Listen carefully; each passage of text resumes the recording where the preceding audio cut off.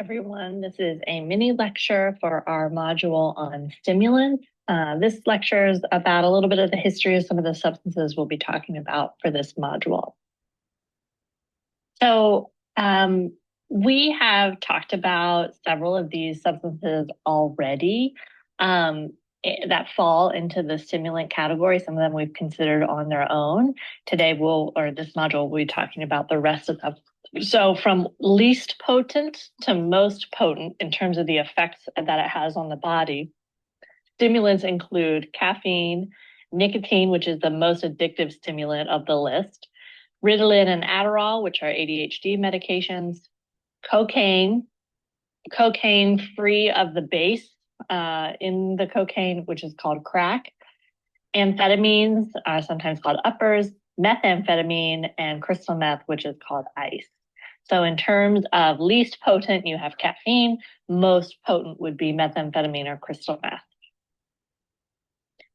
So just a little bit of background on some of these substances. Cocaine is a substance that's derived from the coca leaf that's found in South America. Like a lot of the substances we've been talking about, it was used by indigenous cultures in South America for a long time. And then when the Spanish colonizers took over, they resisted the use of the coca leaf at first, probably due to their general, disdain for all things indigenous. But then once they found that cocaine increased the work performance of the enslaved people that they just colonized, they decided that it was okay to use cocaine.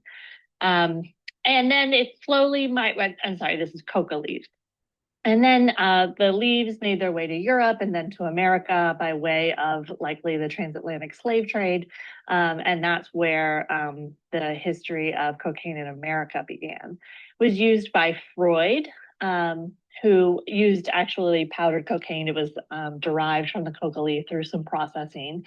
He was very curious about the substance and claimed to kind of study it himself via using it. And he also liked it so much that he gave it to his friends and family members.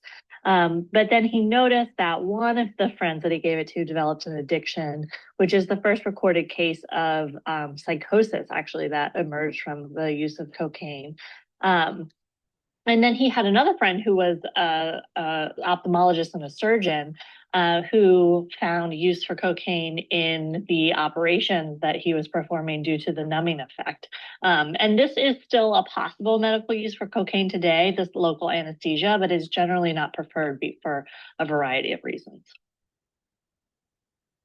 And then, interestingly, a lot of products in the early 1900s contained psychoactive ingredients. So sometimes they contained opium, but also times they contained cocaine. Usually they were different products.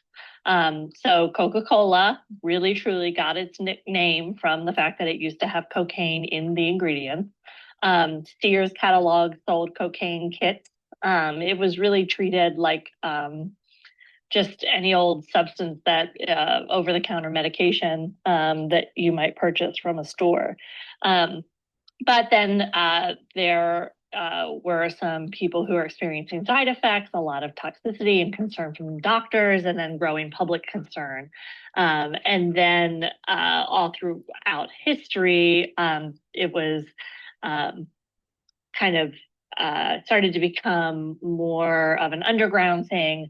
And then the introduction of crack in the 1980s led to a surge in the use of the stimulant cocaine. So crack is really just cocaine, a purified form of cocaine. It's a form that has the base of the substance, the most potent part of the substance, removed from the extra stuff so that it becomes more concentrated and more potent and effective.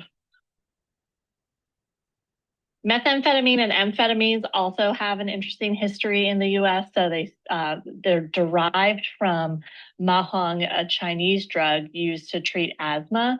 And in the 1920s, it was discovered that the active ingredient in this substance was ephedrine, which became more widely used to treat asthma because of the fact that it dilated the bronchial tubes, which we'll talk about in another mini lecture. In the 1930s, they, from ephedrine, synthesized amphetamine, which could dilate the bronchioles like ephedrine, but also produced this kind of high, the euphoria and the stimulating effects of amphetamine.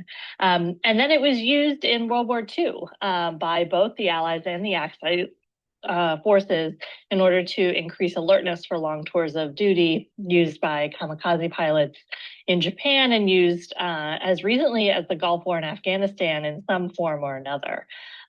Use spread to the civilian population after World War II. So that's when it became more recreational. And then you've seen a kind of spike and surge in the use of methamphetamine and amphetamines due to the ability to kind of home grow it. So these drugs can be synthesized using over-the-counter medications in kind of shady labs here in the US versus cocaine or opium or heroin, which are drugs that need to be imported and smuggled in. So there was a market for a homegrown drug, and that's when meth picked up.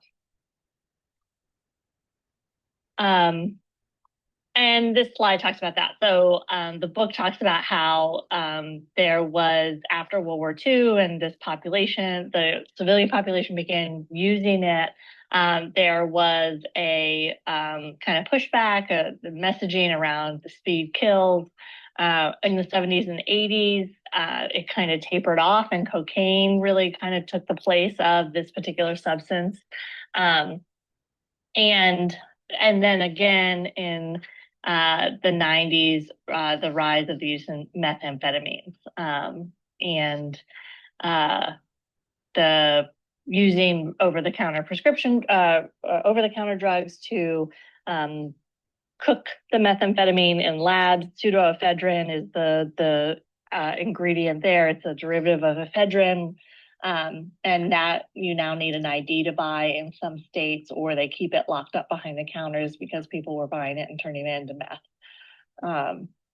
So interesting history there. Cocaine does have some medical uses. I mentioned this a moment ago. It can be used as a local anesthetic, but because it enters the bloodstream, it goes all over the body.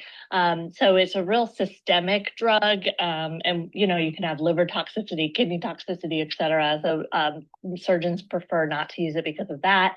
Also the potential for abuse, and it is extremely short lasting. So if you're doing any kind of procedure, it would have to be administered over and over again, which really just isn't practical.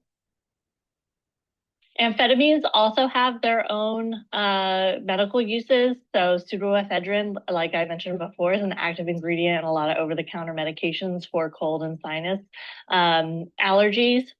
And that's because of that dilation process of the bronchial tubes, relieving a lot of the congestion that occurs in the face. Also, it's an ingredient used to treat for people who want to lose weight. Fen-phen is a drug that contains pseudoephedrine as well. It treats narcolepsy, keeps people awake, and it also treats ADHD and seems to provide some help with executive deficits there.